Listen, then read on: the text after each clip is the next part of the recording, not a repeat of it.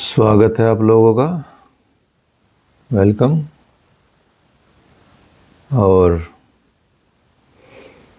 श्लोक सूत्र हो गए थे 6 महर्षि पतंजलि योग सूत्र में। प्रमाण, विपर्यय, विकल्प, निद्रा, स्मृति। ये 5 प्रमाण, ये 5 वृत्तियां हैं। प्रमाण हो गए, विपर्यय हो गया, विकल्प हो गया, निद्रा हो गई, स्मृति हो गई। तो यहाँ किसी के पास बताया था आपको कि किसी के पास अपनी बात को कैसे सिद्ध करते हैं, इसको कहते हैं प्रमाण वृत्ति। कि भाई ये सिद्ध करके दिखा देते हैं। जैसे माता पिता के पास, भाई बांधवों के पास अपने को सत्य सिद्ध करते हैं, गुरु के पास शिष्य भी अपने को परम सत्य सिद्ध करता है, प्रमाण देता है। तो प्रमाण के 3 भेद यहाँ बताए जाएंगे, जिसमें कल भी दर्शन की क्लास में भी आपको बताया था कि 3 प्रमाण बताए गए। वैसे प्रमाण और भी होते हैं, लेकिन बाकी प्रमाण सारे इन्हीं प्रमाणों के अंतर्गत आ जाते हैं ना किसी तरह से। तो अर्थ यह है आपका प्रमाण का जो मेन है, प्रत्यक्ष अनुमान अगमः प्रमाणानि। ये 7वां श्लोक है। प्रत्यक्ष अनुमान अगमः प्रमाणानि। पतंजलि योग सूत्र में प्रत्यक्ष, अनुमान और आगम, प्रत्यक्ष, अनुमान और आगम भेद से 3 प्रकार की प्रमाण वृत्ति होती है। 3 प्रकार की प्रमाण वृत्ति होती है। उदाहरण से समझेंगे।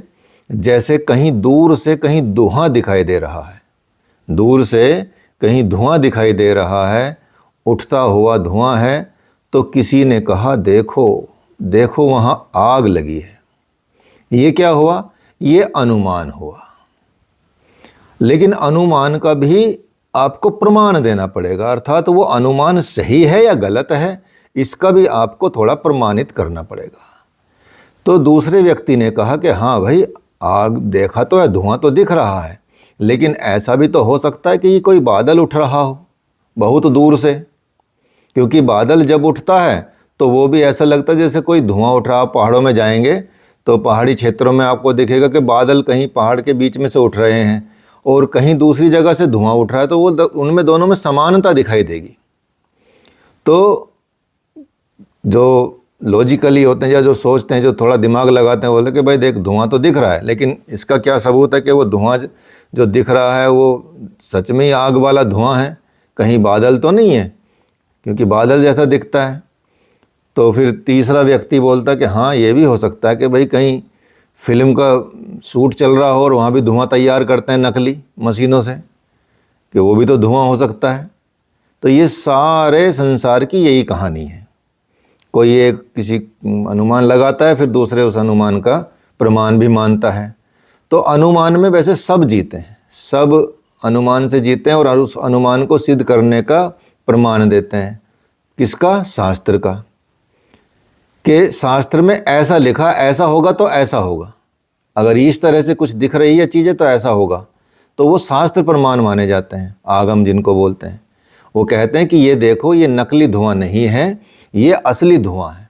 क्योंकि शास्त्र कहता है कि नकली धुआं रहता तो शीघ्र बुझ जाता, किंतु ये तो ईंधन में आग लगने के बाद जैसा धुआं उठता है, शास्त्रों में जैसा बताया गया है वैसा ही ये उठ रहा है। ये बादल भी नहीं हो सकता, क्योंकि इस धुएं के रंग में और बादल के रंग में थोड़ा सा अंतर पाया जाता है, और इस धुएं की उठने की गति और बादल के उठने की गति भी एक जैसी नहीं होती। तो इस तरह से प्रमाण दिया जाता है कि भाई हाँ ठीक है, ये आगम प्रमाण से इसको सिद्ध किया जाता है, अर्थात वचनों से, शास्त्रों से इसको सिद्ध करने की कोशिश की जाती है, जो हमारा अनुमान होता है। अब चौथा व्यक्ति आकर बोलता है कि भाई ऐसा है कि फालतू की बात क्यों करते हो, ऐसा करते हैं जाकर देख ही लेते हैं। अब जाकर देख लिया तो ये हुआ प्रत्यक्ष। अब नकली धुआं है या असली धुआं है, बादल है या, ये सब स्पष्ट हो जाएगा। इस तरह से इसको प्रमाण वृत्ति को संचालित होते हुए देखा जाता है, ये समझा जाता है। ठीक है। तो यहाँ यही बात है कि प्रमाण तीन हैं। समझ रहे हैं आप कि प्रमाण तीन हैं। एक प्रत्यक्ष प्रमाण हुआ, एक अनुमान प्रमाण हुआ, एक आगम प्रमाण हुआ। प्रत्यक्ष मतलब प्रति अक्ष। प्रति अक्ष का अर्थ है आंखों के समक्ष होना। प्रति अक्ष का अर्थ है आंखों के समक्ष होना, लेकिन इतना ही प्रत्यक्ष नहीं है। आंखों के समक्ष होना ही उतना ही प्रत्यक्ष नहीं माना जाता कि मैंने जो देख लिया वही प्रत्यक्ष है।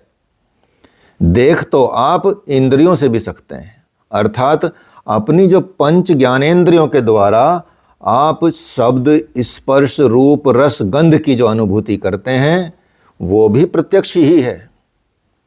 जब आप इन सब की अनुभूति, शब्द की, रस, स्पर्श की, रूप की, रस की, गंध की अनुभूति कर ली, जैसे आपको कोई गन्ने का रस पिलाए आंख बंद करके, लो जी गन्ने ये रस पियो, ठीक है। अब आपने आंख बंद की हुई है, अब आपको पिला दिया रस गन्ने का, तो आप क्या बोलेंगे? आपसे बोलेंगे, पूछेंगे कि भाई किस चीज़ का रस है? तो आपने देखा तो है नहीं, आपने पी लिया, तो आप तुरंत बता देंगे कि ये गन्ने का रस है।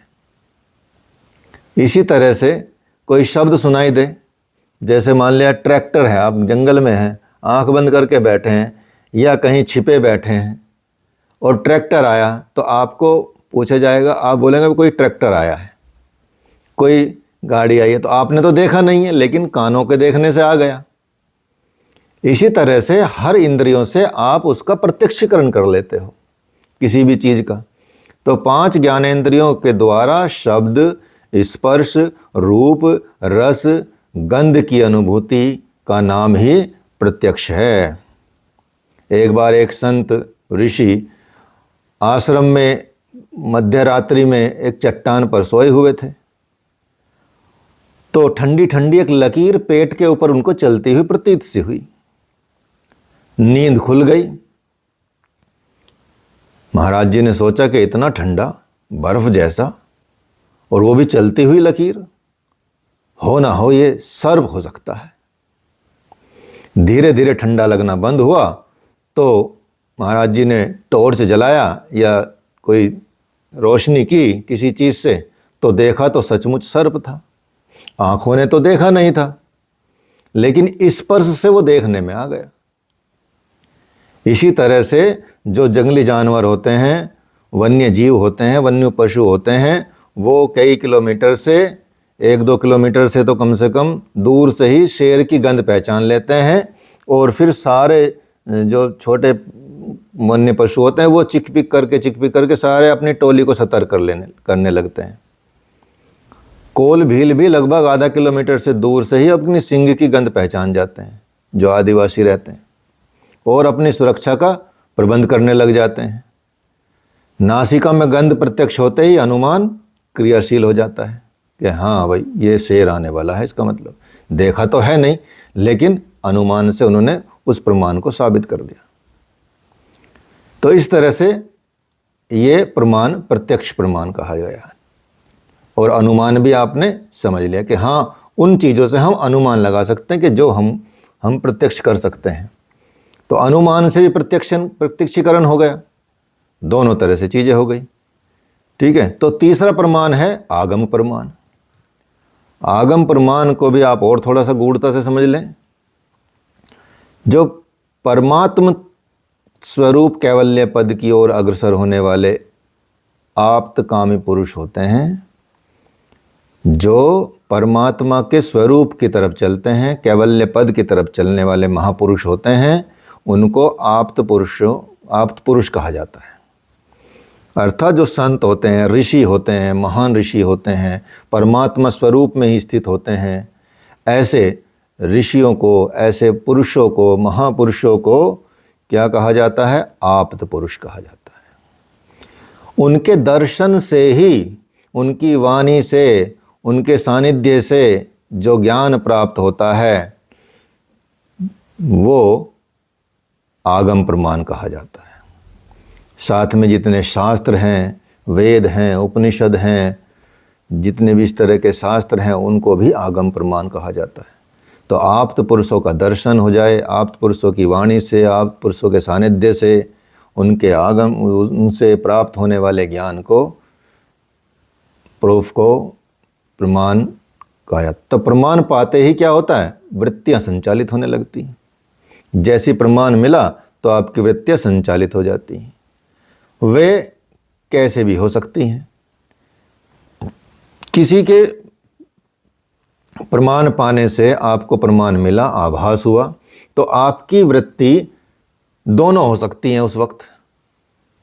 यदि वे ईश्वर के उन्मुख वाली हैं, ईश्वर उन्मुखी हैं, वैराग्य देने वाली हैं, विवेक देने वाली हैं, कल्याण का भाव जगाने वाली हैं, श्रद्धा जगाने वाली हैं, तो वृत्ति कंप्लीटली एक्लिष्ट है और प्रवृत्ति की ओर अग्रसर करती हैं, निवृत्ति की ओर नहीं करती, अर्थात अधोगामी करती हैं, नीचे की तरफ ले जाती हैं और दूसरे भावों की तरफ अग्रसर करती हैं, तो वो क्लिष्ट कहलाती है।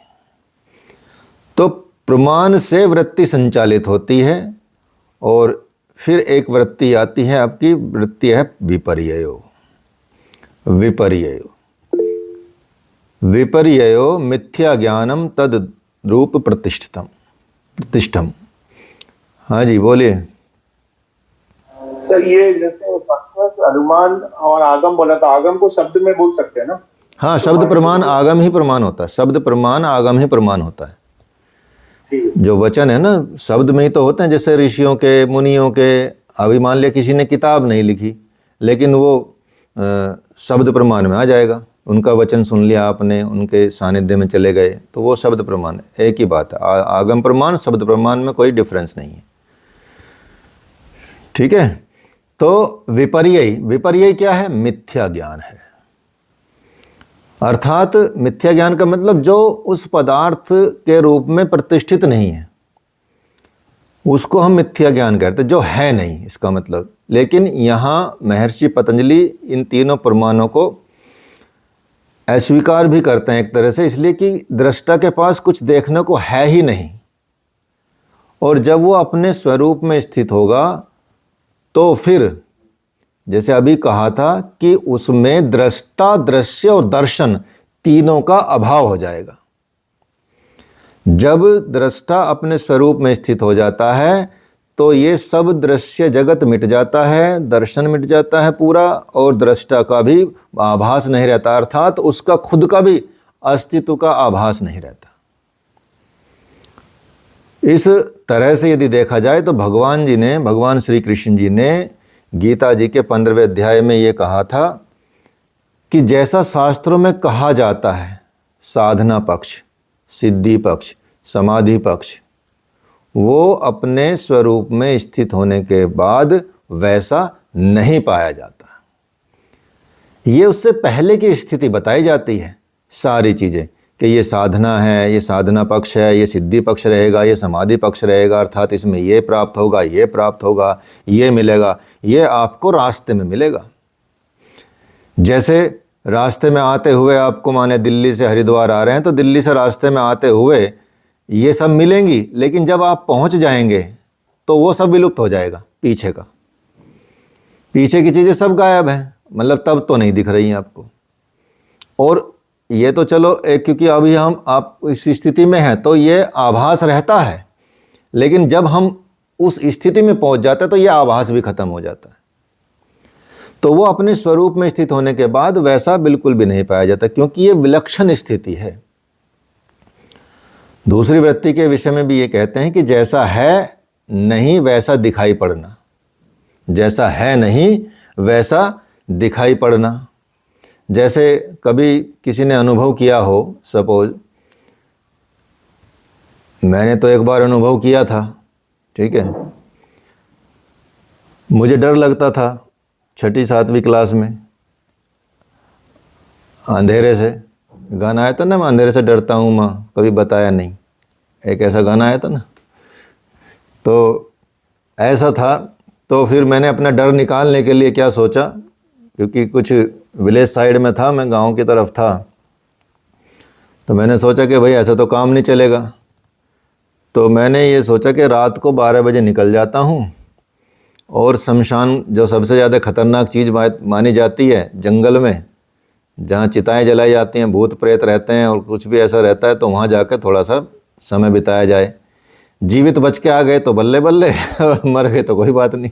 ऐसा सोच के मैं रात को 12 बजे चुपचाप, किसी को बिना बताए, घर में चुपचाप दरवाज़ा खोल के और निकल लिया। तो रास्ते में क्या हुआ, रास्ते में जैसे जा रहा था, डरता डरता ही जा रहा था, तो सामने कोई पेड़ दिखाई दिया। तो दूर से जो पेड़ दिखा, अंधेरे से में दिखा, तो उसमें मुझे लगा कि ये कोई भूत तो नहीं खड़ा है। अब वो दिखा तो उसका भान हो गया। कई बार ऐसा आभास होता है, आप लोग भी देखेंगे कि किसी चीज़ को ऐसा आभास दिखता कि वो कुछ वो तो नहीं है, लेकिन जब नज़दीक जाते हैं तो वो उसका अस्तित्व ही खत्म हो जाता है, वो नहीं रहता। लेकिन उसका विचार भी रहता है, फिर भी विचार रहता है। जैसे सांप में रस्सी का भान होना, सांप में रस्सी का भान होना जब क्लियर हो जाता तो रस्सी भी क्लियर हो जाती है और सांप गायब हो जाता है, लेकिन सांप का आभास जरूर रहता है कि भाई हाँ, मैंने ये सांप समझा था। ठीक है, तो इसी तरह का अनुभव हुआ। तो वो अनुभव जो था वो विपर्ययी दोष था। हालांकि बाद में शमशान में रहा मैं पूरी रात, कोई ना दिखा, ना भूत दिखा, ना प्रेत दिखा। एक दो सांप वाँप दिखे। ठीक है, थोड़े बेर खाते थे हम दिन में जाके वहाँ, तो बेर भी खाए थोड़े से। और सुबह के टाइम 4-5 बजे जब तब वापस आया तो सारा भय मिट चुका था। अभिनिवेश की सिद्धि हो गई थी तभी। अब पता चला बाद में कि अभिनिवेश होता है। ठीक है, तो इस तरह का जो आभास होता है ये है आपका, जैसे ठूंठ पेड़ में प्रेत का भान होना, रस्सी में सांप का भान होना, रज्जू में सांप का भान होना। ये विपर्यय दोष जन्म जन्मांतर से आ गया है। पहले चित्त में क्या है वह क्या है, ये जो दोष आ गया ना, जैसे यही कि हम आत्मा कभी शरीर हो ही नहीं सकती, ये विपर्यय दोष है। अपने आप को शरीर मान लेना, ये विपर्यय दोष है। फिर भी शरीर होने का भ्रम हो गया है, अर्थात हम भ्रमवश आत्मा को शरीर मान लिए हैं। वो किसी का नहीं है, न उसका कोई है, तो भी वो बहुतों का हो गया और बहुत उसके हो गए। ना तो वो किसी का है ना किसी का होगा, फिर भी उससे रिलेटेड बड़े संबंध जुड़ गए, बहुत रिलेशंस हो गए। इसी भ्रम को, यही भ्रम है हमारे पास, इसी भ्रम को क्या कहते हैं, विपर्यय कहते हैं। और यही विपर्यय नाम की वृत्ति है।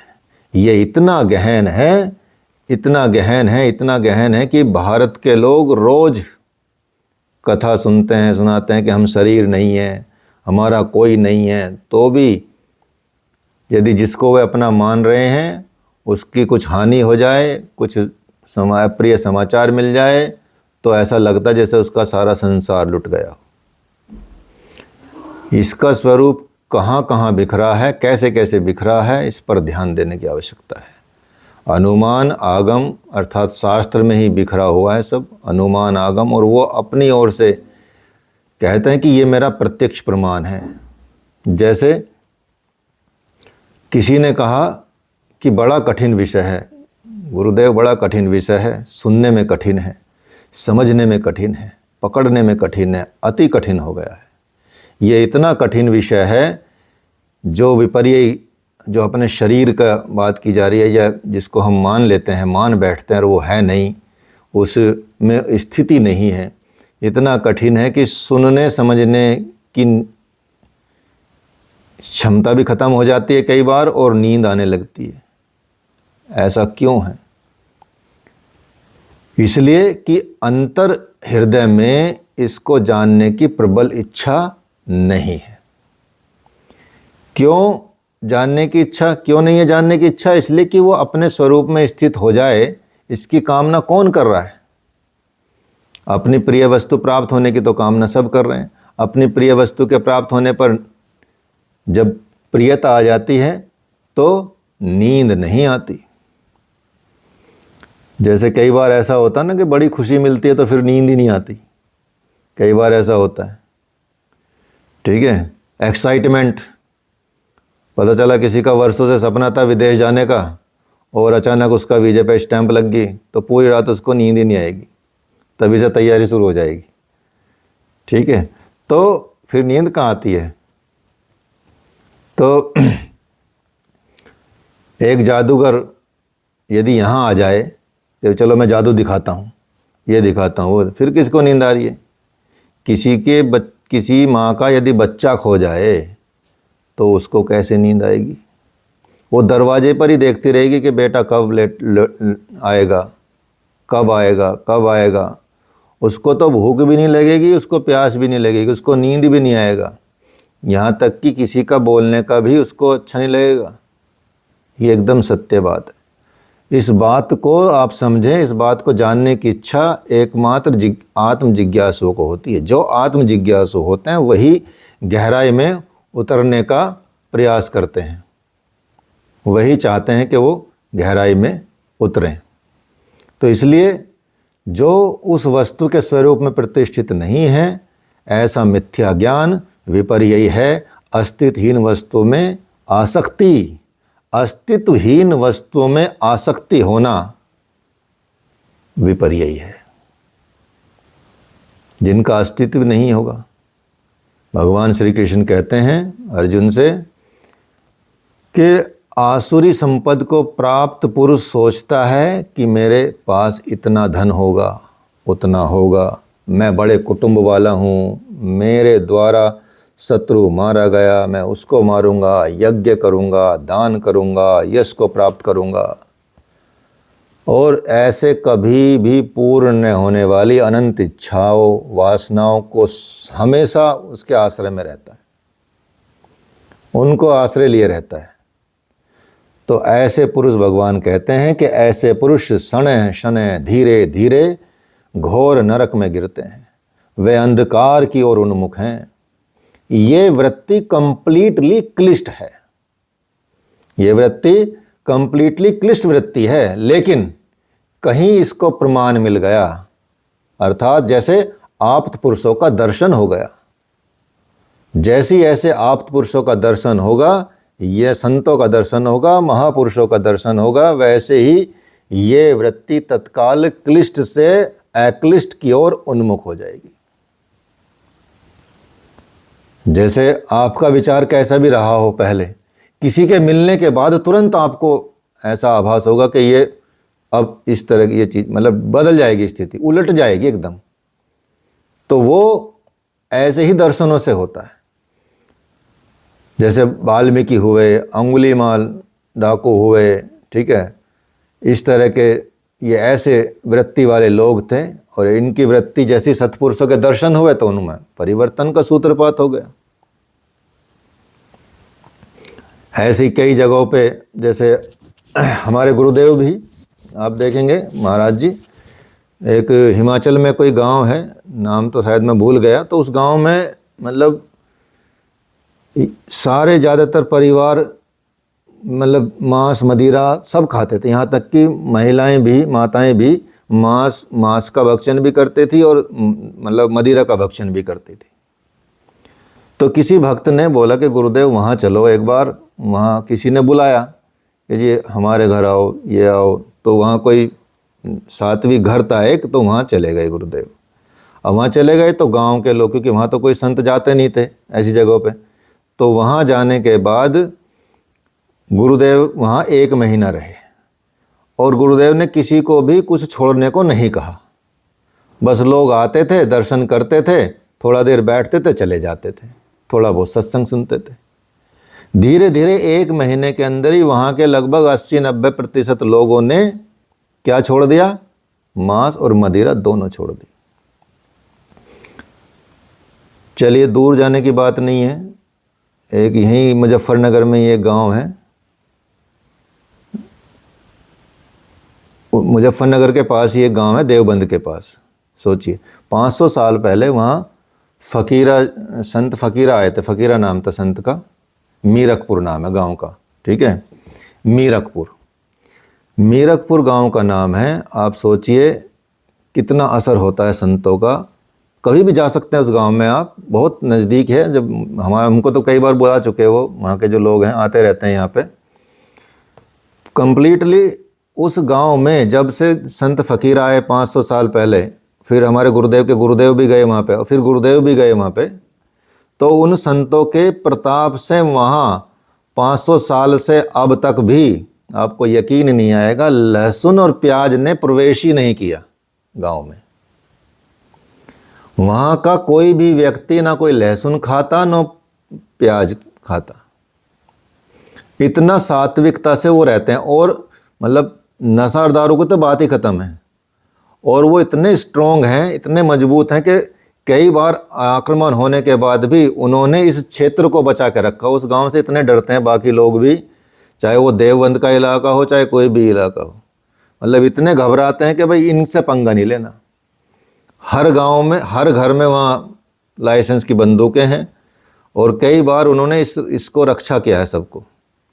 तो वहाँ उन संतों के आने से अब आप भी, यदि कोई बाहर से शादी होकर आती है महिला तो वो छोड़ देती है, यदि कोई यहाँ से कोई लड़की जाती है तो वो भी वहाँ छुड़वा देती है अपने ससुराल में भी। तो उतना सात्विकता से वहाँ संतों के प्रभाव से ही तो जैसे ही आप काम पुरुषों का दर्शन हुआ और वहाँ रहे तो ये सारी वृत्तियाँ खत्म हो गई।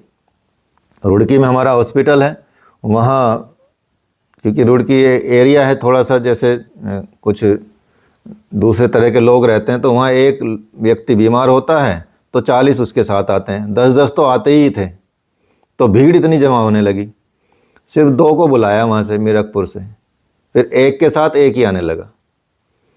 सोचिए, तो इतना फ़र्क पड़ता है संतों के दर्शन का, इतना फ़र्क पड़ता है आत्म पुरुषों के दर्शन का।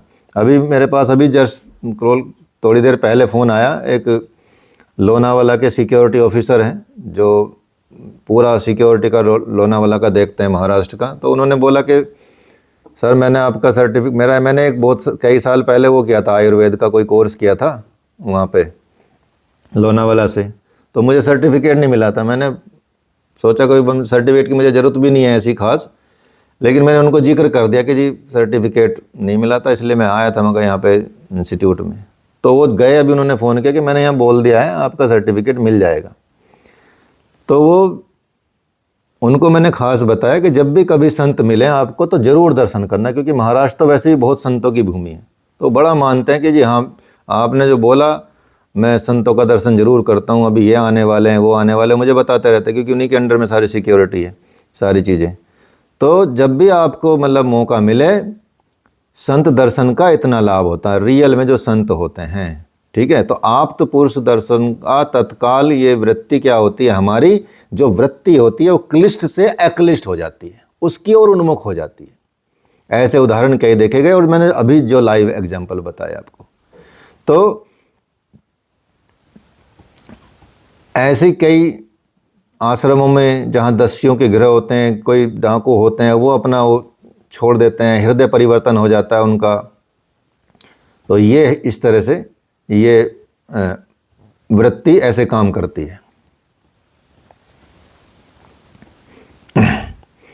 इसके बाद आती है दूसरी वृत्ति, शब्द ज्ञानानुपाति वस्तु शून्यो विकल्पः। शब्द ज्ञानानुपाति वस्तु शून्यो विकल्पः, मतलब जिस वस्तु के विषय में कहा जा रहा है, किसी भी वस्तु के विषय में कहा जा रहा है और वो वैसी नहीं है, फिर भी उसी के वाक्य को सत्य मानकर अनुमान से उसकी कल्पना करना विकल्प है। उदाहरण से समझे जाएंगे आप, बहुत जल्दी समझाएंगे एक उदाहरण से। पहले तो इसको समझ लीजिए कि जिस वस्तु के विषय में कोई बात कही जा रही है वो वैसी नहीं है, फिर भी उसी के वाक्य को सत्य मानकर अनुमान से कल्पना कर लेना विकल्प वृत्ति है। और शब्द के साथ दोष आ जाता है। कैसे दोष आता है? जैसे छोटे शिशु से माँ कहती है कि तुम्हारा नाम ये है, जो नाम है उसने वो मान लिया, मेरा नाम राम है। माँ के शब्द से उसने इस शब्द को पकड़ लिया। अब राम के शब्द से कोई उसे गाली देगा तो क्या होगा? क्रोध आएगा। आपके नाम से आपको देख के तो आपको फिर ऐसा, तो ऐसा ही सृष्टि में कहीं भी जो कुछ भी दोष है या गुण उत्पन्न हो रहा है वो शब्द के माध्यम से ही उत्पन्न हो रहा है। ये भी दोष है, क्योंकि शब्दातीत होना, ऋषि का आशय है कि शब्दातीत होना, यद्यपि इससे बहुत सारी चीज़ें आप समझेंगे, और इतना ही नहीं, यदि इस शब्द के भीतर आप प्रवेश करते हैं और ध्यान से सुनते हैं तो उसमें कुछ विशेष ध्वनि आती है,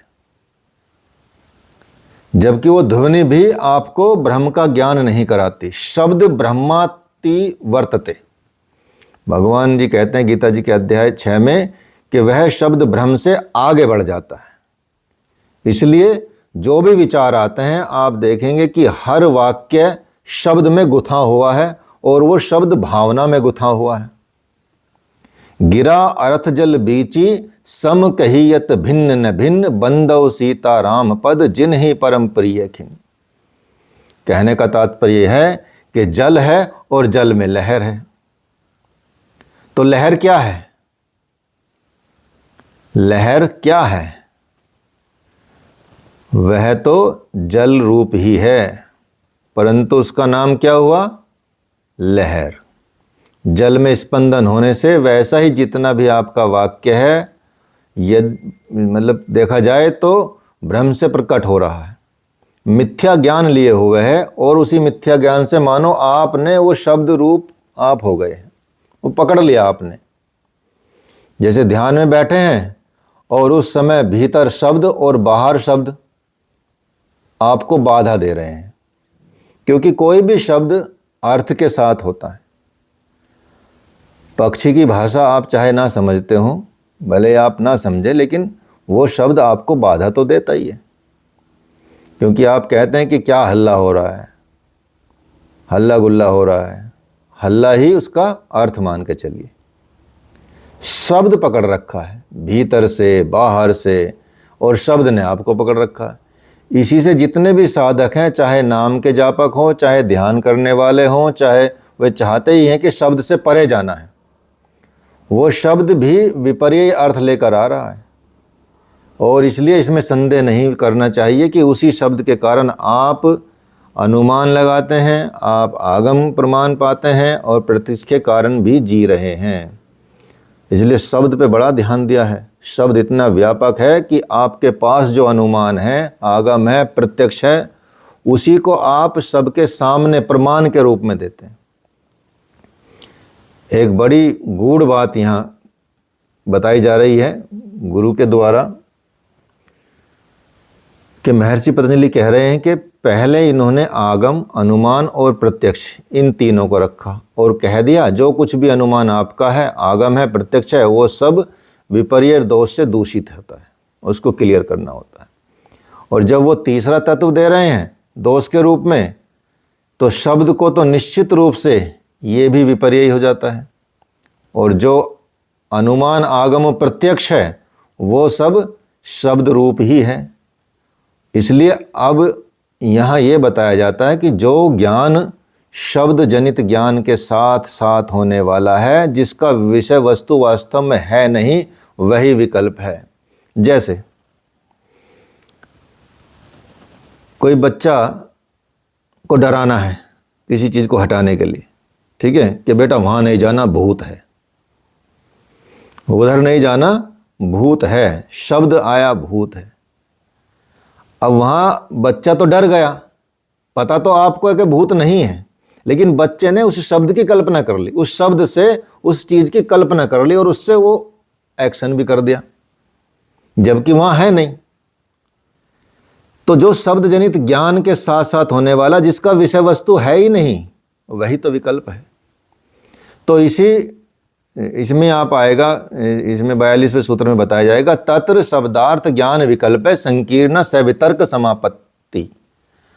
कहने का तात्पर्य कि शब्द, अर्थ और ज्ञान, इन तीनों के विकल्प से मिली हुई समाधि सवितर्क होती है, जिसमें शब्द भी होता है, अर्थ भी होता है और ज्ञान भी होता है, तीनों चीज़ें होती हैं। ऐसी समाधि को सवितर्क कहते हैं, सवितर्क समाधि कहते हैं, जिसमें शब्द, अर्थ और ज्ञान तीनों से मिली हुई समाधि को सवितर्क समाधि कहते हैं।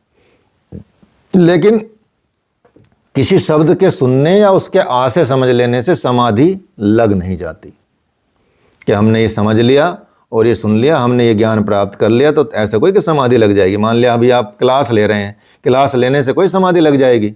आप तो सुन भी लेंगे, समझ भी लेंगे, क्लियर भी कर लेंगे अपने डाउट, लेकिन समाधि तो फिर भी नहीं लगेगी।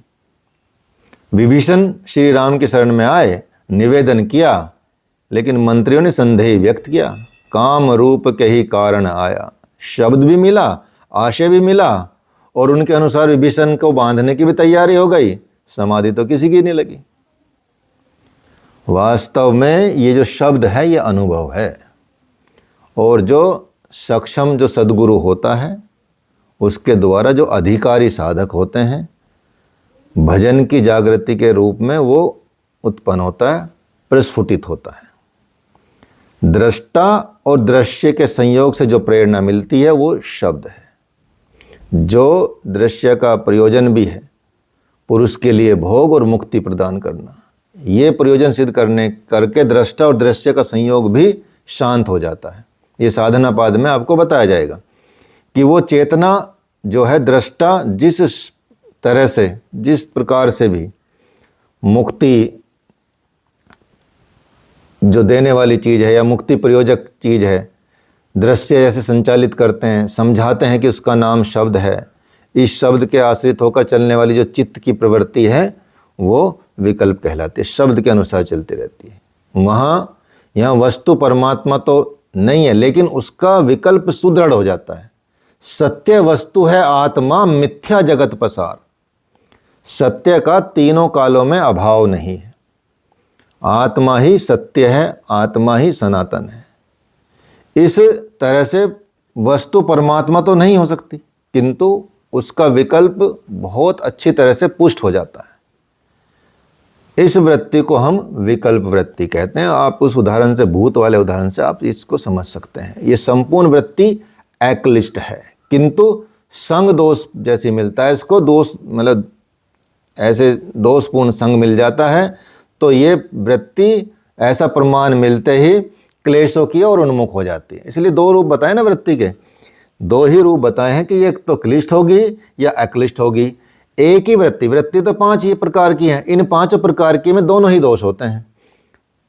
एक उधर उन्मुख हो सकती है, एक उधर उन्मुख हो सकती है। सेम वृत्ति, चाहे वो निद्रा हो, चाहे वो स्मृति हो, चाहे विपर्यय हो, चाहे प्रमाण हो, चाहे विकल्प हो, दोनों का दोनों ही रूप होता है, अच्छा भी बुरा भी। जैसे साइंस है, साइंस को अभिशाप भी कहते हैं और साइंस को वरदान भी कहते हैं, ठीक है। तो वो दोनों ही चीज़ है। फ़ोन है, आप किस तरह से प्रयोग कर रहे हैं वो आपके लिए अभिशाप भी बन सकता है, आपका जीवन भी खराब कर सकता है। लोगों की आँख खराब कर दी है, लेके बैठे रहते हैं ऐसे, ठीक है। बहुत सारे लोग फिर भी नहीं छोड़ते। सोचो, इतना घुस जाते हैं उसमें, तो उनके लिए तो अभिशाप हो गया, वरदान भी हो गया। तो ऐसी वृत्ति भी होती है। जैसे प्रमाण मिला वैसा हो जाएगा, चाहे क्लिष्ट हो चाहे अक्लिष्ट हो। श्रृंग की भृंगी करी डारी, पाराशर के उदर विकार। जो गुरु महाराज जी को अनुभव में दिखाई पड़ा कि पिछले जन्म में वो साधु थे, पिछले जन्म में साधु थे, और पिछले जन्म में आवागमन से सिर्फ निवृत्ति होने वाली थी थोड़ी सी, ठीक है। उनका पूरा जन्म मतलब कई जन्मों से साधु थे, बल्कि पिछले जन्म के कई जन्मों से साधु थे, और पिछले जन्म में उनकी एक निवृत्ति होने वाली थी। एक महाराज जी के बारे में बात कर रहे हैं, ठीक है। तो जैसी आवागमन से निवृत्ति होने वाली थी, 2 चीज़ें उनके मन में आई, 2 कौतूहल उनके मन में उठे। क्या कि शादी विवाह होता क्या है, और कुछ महात्मा लोग गांजा पीकर झूम क्यों रहे हैं। मन की इतनी सी फिसलन हुई बस, और इतनी सी फिसलन के लिए ही एक जन्म और लेना पड़ा। तो इसलिए साधुओं ने, संतों ने, जो उनकी जो वृत्ति हमेशा एक्लिष्ट चल रही थी, एक्लिष्ट वृत्ति चल रही थी, मन में छोटी सी स्फुरन से वो क्लिष्ट वृत्ति में आ गए। सोचो, तो इसलिए शब्द पर महापुरुषों ने बड़ा ही बल दिया है। शब्द बिना श्रुति आंधरी, कहो कहाँ लो जाए, द्वार न पावे शब्द का, फिर भटका जाए। शब्द के बिना चिंतन में जो सुरति लगाई जाती है वो अंधी है। शब्द के बिना श्रुति का अध्ययन बुद्धि स्तर के अनुसार अटकल लगाना माना जाता है। यदि शब्द का द्वार नहीं मिला, भजन जागृत नहीं हुआ, तो शब्द और अर्थ और उसका ज्ञान समझते हुए आचरण में ढलते नहीं बना तो बार बार भटकना पड़ेगा। इसलिए आपको समझना पड़ेगा कि हमको अनुभव को भी पढ़ना पड़ता है। भगवान लिंग और अलिंग, प्रतीक या बिना प्रतीक के ही जानकारी देते रहते हैं। प्रतीक से भी देंगे, बिना प्रतीक के भी देते हैं। तो ये विद्या जो है पढ़नी पड़ती है, समझनी पड़ती है, गूढ़ता से जानना पड़ता है इसको। ऋषियों का, संतों का, सानिध्यों का, सत्पुरुषों का सत्संग करना पड़ता है। यही है शब्द ज्ञानानुपाति वस्तु शून्य विकल्प।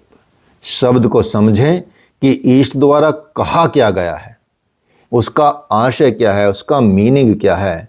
नहीं तो आजकल अर्थ को अनर्थ समझ के बड़े गलत काम हो रहे हैं।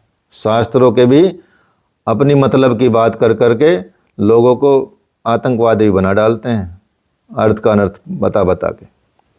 तो इसलिए उसका एग्जैक्ट आशय क्या है, मीनिंग क्या, इसलिए तो भाष्य लिखे जाते हैं। इसीलिए अलग अलग भाष्य लिखे अलग अलग संतों ने, अलग अलग ऋषियों ने, कि भाई असली में मीनिंग बता दें इसका।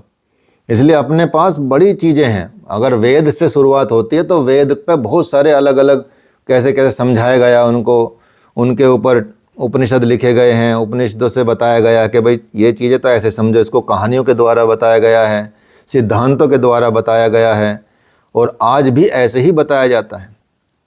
कोई भी शिक्षक आपको पढ़ाता है तो वो ऐसे ही उदाहरण देकर आपको कई तरीके से बताने की कोशिश करता है, ताकि आप किसी भी स्तर के हों, किसी भी लेवल के हों, किसी भी समझ के हों, आप समझ जाएं उसका आशय क्या। उस शब्द से उत्पन्न ज्ञान के साथ मन में जो उठने वाली वृत्ति है, जिसका विषय वस्तु ईष्ट नहीं है किंतु उसका विकल्प अवश्य है, और यही विकल्प वृत्ति कही जाती है। भगवान श्री राम ने लक्ष्मण जी से कहा कि माया के दो रूप हैं, विद्या और अविद्या। माया के दो रूप हैं, विद्या और अविद्या। एक दुष्ट अतिशय दुख रूपा, जा बस जीव पड़ा भवकूपा। अविद्या दुष्ट है, अविद्या दुष्ट है और अत्यंत दुख रूप भी है। अविद्या के कारण ही हम हमेशा दुख महाकूप में पड़े रहते हैं। उससे विवश होकर ये जीव भवकूप में पड़ा है। और एक रचई जुग गुण बस जाके, प्रभु प्रेरित नहीं निज बलता के। माया का दूसरा रूप क्या है? विद्या है, जो जगत के तीनों गुणों को नियंत्रित करने में समर्थ है। गुण बस जाके, गुण मतलब सत रज तम, तीनों गुणों को बस में करने वाली। और लेकिन ये विद्या माया प्रभु प्रेरित है। यदि भगवान प्रेरणा न करें तो उसके पास कोई बल है नहीं, विद्या है ही नहीं। इस तरह से दृष्टा के सहारे चलने वाली वृत्ति विकल्प वृत्ति कही जाती है। और ये विकल्प वृत्ति हमेशा अक्लिष्ट है।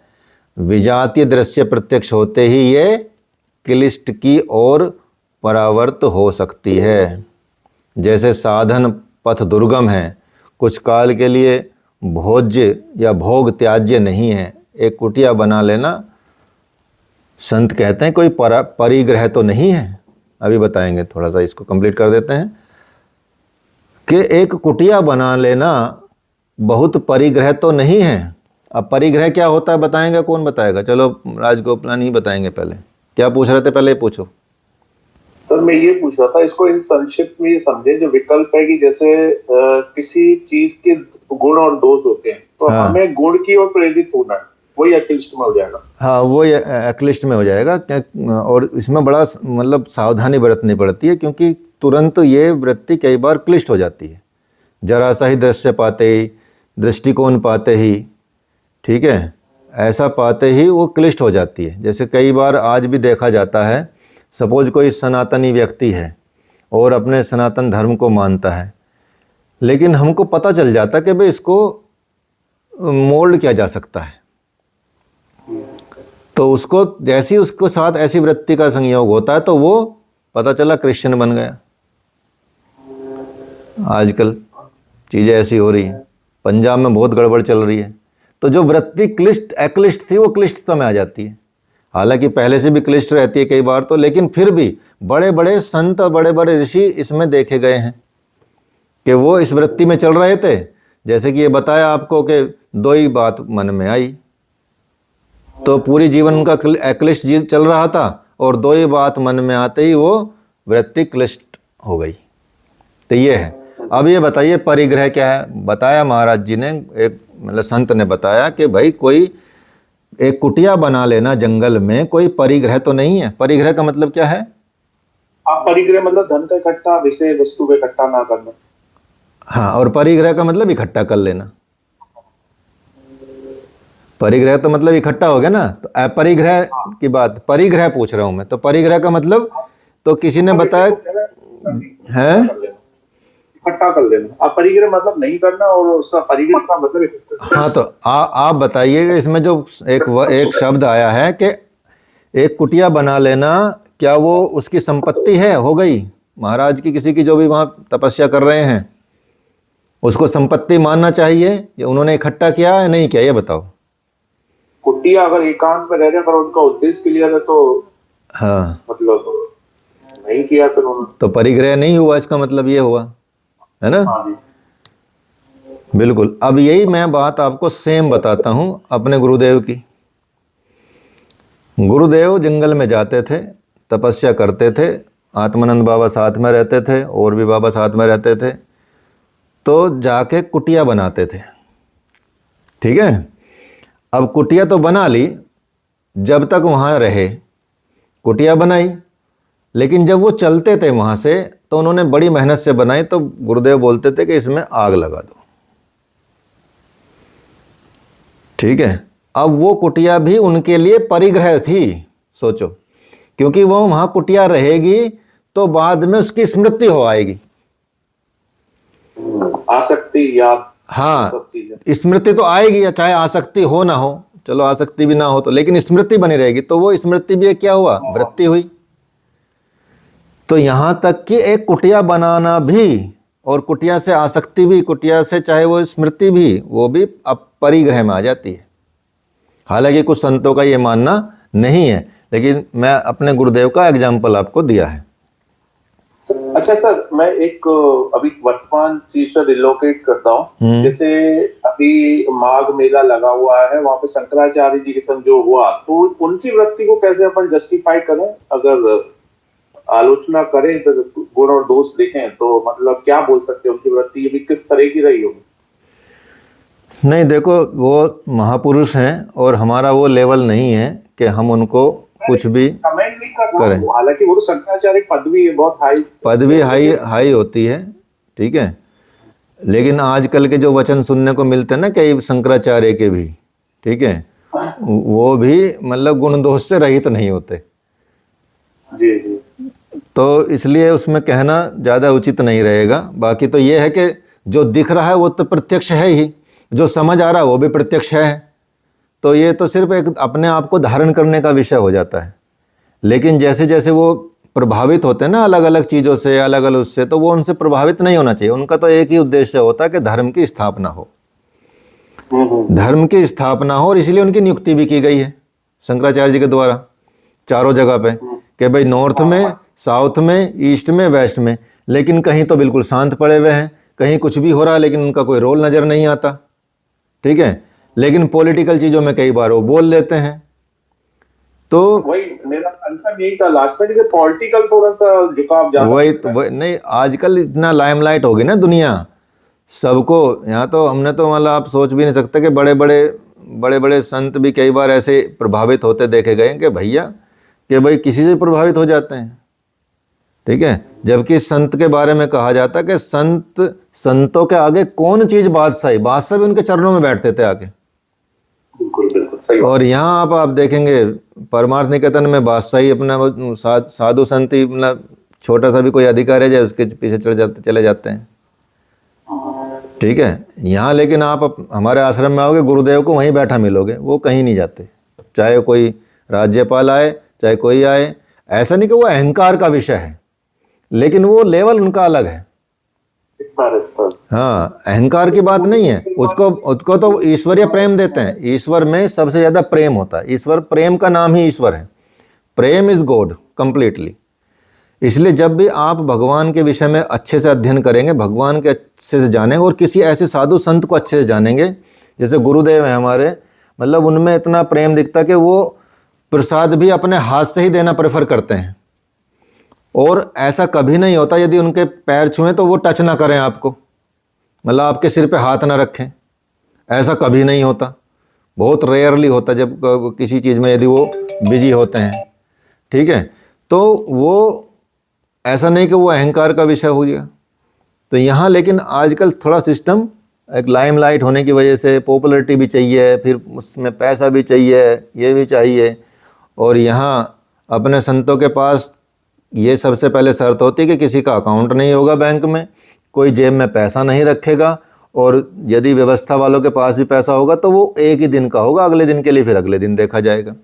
क्योंकि कई वृत्तियाँ होती हैं, और कई वृत्ति तो कई संत तो अलग अलग वृत्तियों में रहते हैं अपने यहाँ भी।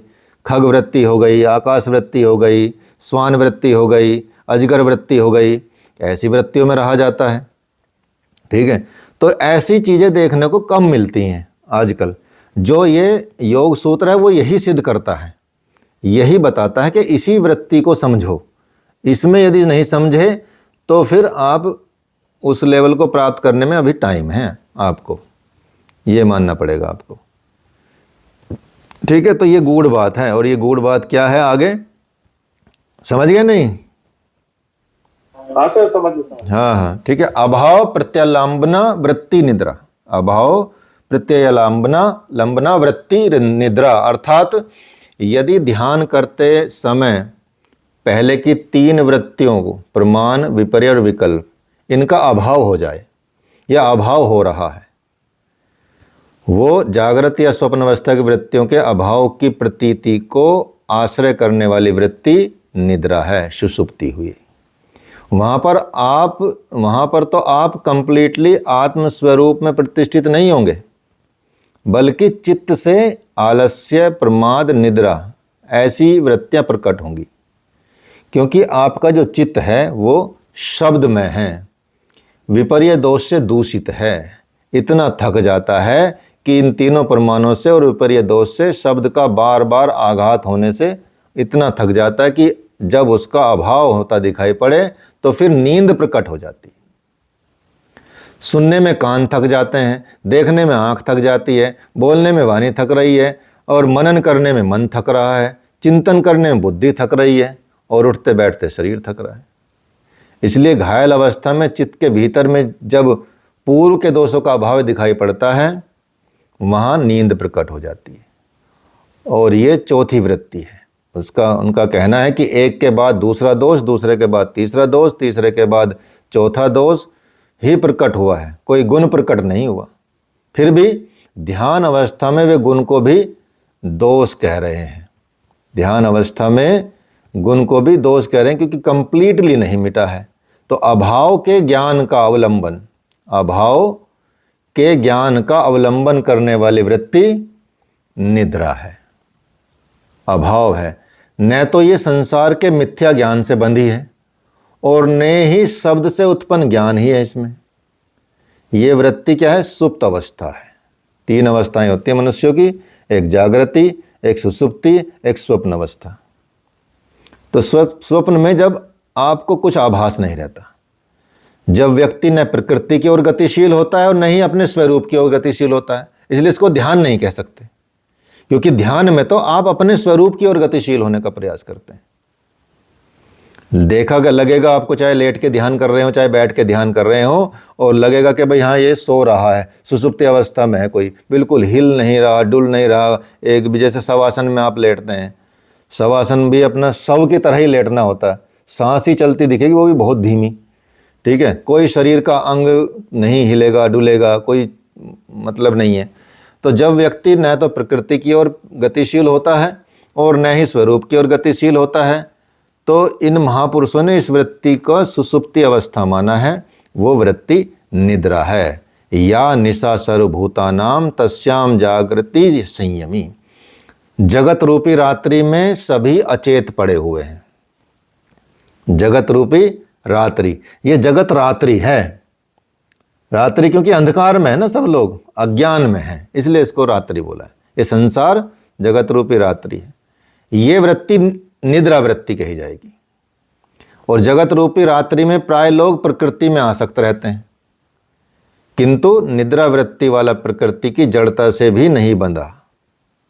मान ले कि दो मार्ग हैं, एक पर प्रकाश ही प्रकाश है और दूसरा अंधकार से परिपूर्ण है, और दोनों के मध्य एक पगडंडी पर कोई व्यक्ति चला जा रहा है।